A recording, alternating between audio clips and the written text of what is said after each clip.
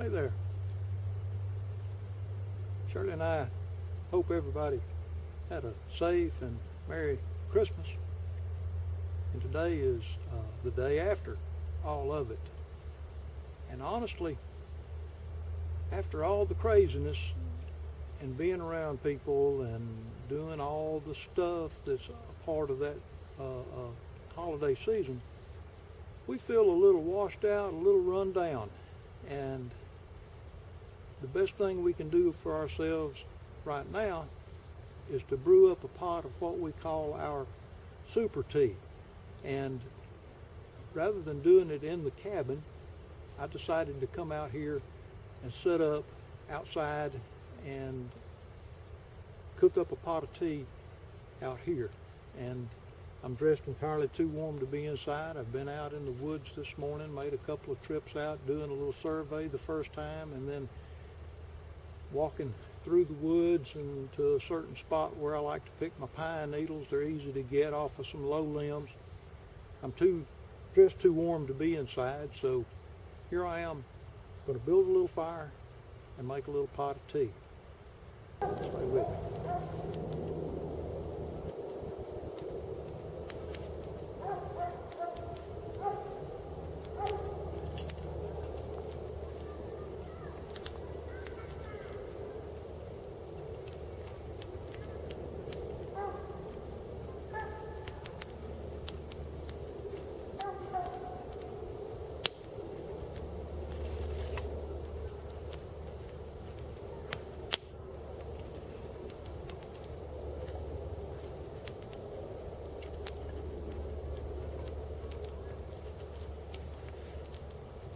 There's a part of me that wants to apologize for the hound dog in the background. Our neighbor has some hunting dogs, and the grandchildren, they're out in their yard playing. I saw them riding some new bicycle a while ago, and the hound dogs are all excited. I guess they think they're going to get to go hunting. But I debated on waiting until the dogs settled down to do this, but then thought better of it and decided to just keep it as real as possible, because all of us, most of us I should say, practically all of us in our day-to-day lives have to deal with things like that.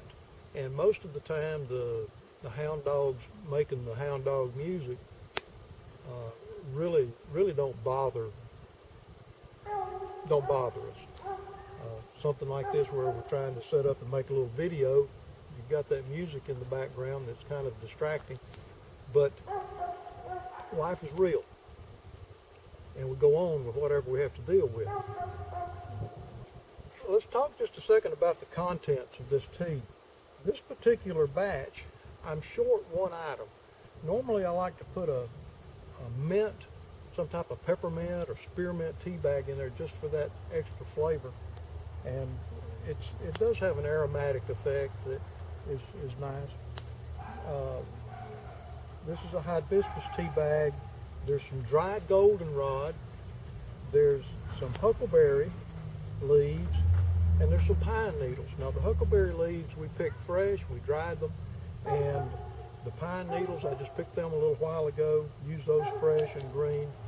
And basically what you do with them is put them in a pot, bring them up to a steaming low heat. And now what I'm using is this European style pot.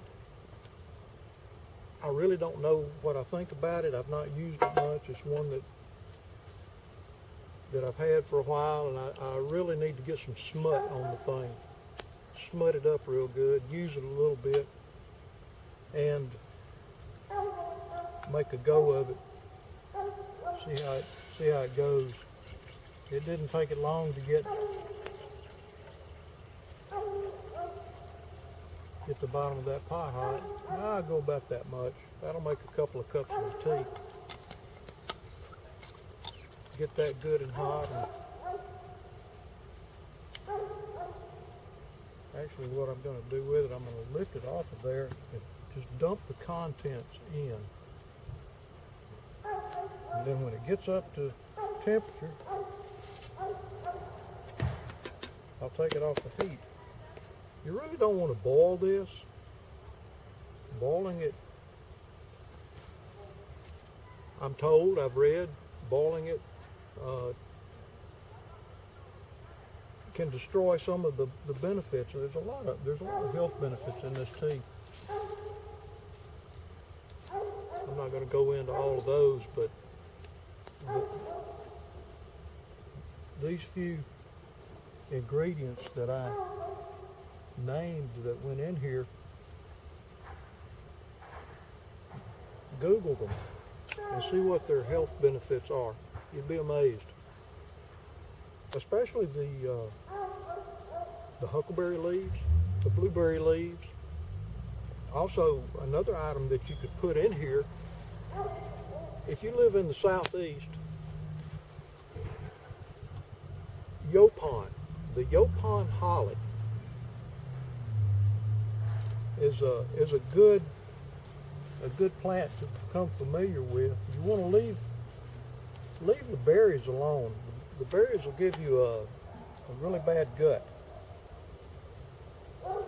But the Yaupon holly, the leaves have a caffeine content to them. So if you need a little stimulant in a situation when you're out in the woods, if you discover yourself in a situation where you're normally a caffeine drinker in the morning and you don't have anything to make a caffeinated beverage from, you can use the Yaupon holly for some caffeine.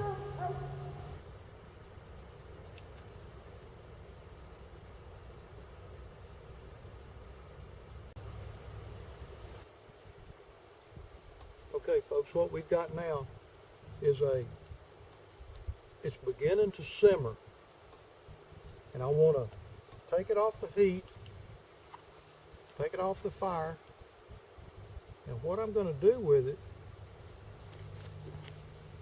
get off this board so I don't spill it, dump it over. What I'm going to do with it is I'm going to put the lid on it and let it steep for about 10, 15 minutes. 20 minutes isn't too long. The longer it steeps, the more of that goodness comes out of the ingredients that's in there. And we'll come back here in just a minute or three and pour us up a cup of tea. Our tea has been steeping for about 15 minutes. And now what we're going to do with it, I'm going to use a little strainer. You could use, if you didn't have a strainer, you could use a piece of cloth or a cotton bandana, whatever you have like that, some type of piece of material. And we're going to strain this into our mugs and get ready to enjoy something that's quite tasty. I don't know if you can see it, but the tea has taken on a reddish tint. And the reddish tint is from the hibiscus.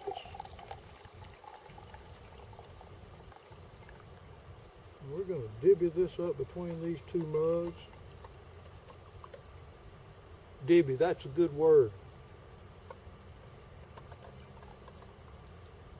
We use that a lot down south here. Divvy that up. Kind of like I'm fixing to go to the store.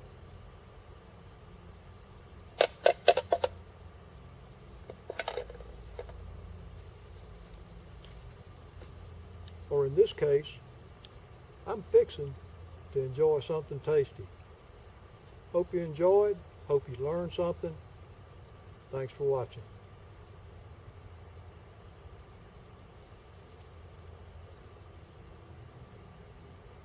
Now that's good. If you like, you can put a little honey in there to sweeten it up. See you on the next one.